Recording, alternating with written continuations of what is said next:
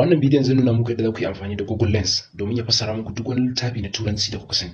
Zai fassara muku shi zuwa yaren Hausa, ba ma littafi ko wata takarda ce aka ba ku ita da Turanci amma ba ku fahimci abin da aka rubuta ba. Za ku iya ɗaukan hotonta ku tura wa Google Lens, zai nuna muku daki tun daga farko har ƙarshe fassarar abin yanda yake. Kuma sun yi ƙoƙari matuƙa wajen ganin fassarar ta inganta, domin idan kana karantawa za ka ga abubuwan da suke ciki sun yi daidai da abin da yake cikin littafin ko kuma takardar, ba kamar irin Google Translator na Facebook ko kuma wani app daban ba.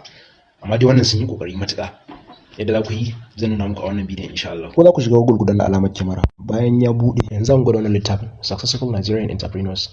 Ashin sai mu dauki pejin da muke so.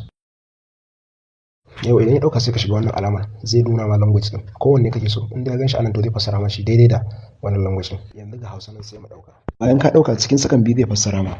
Ka duba inda fassara take ba.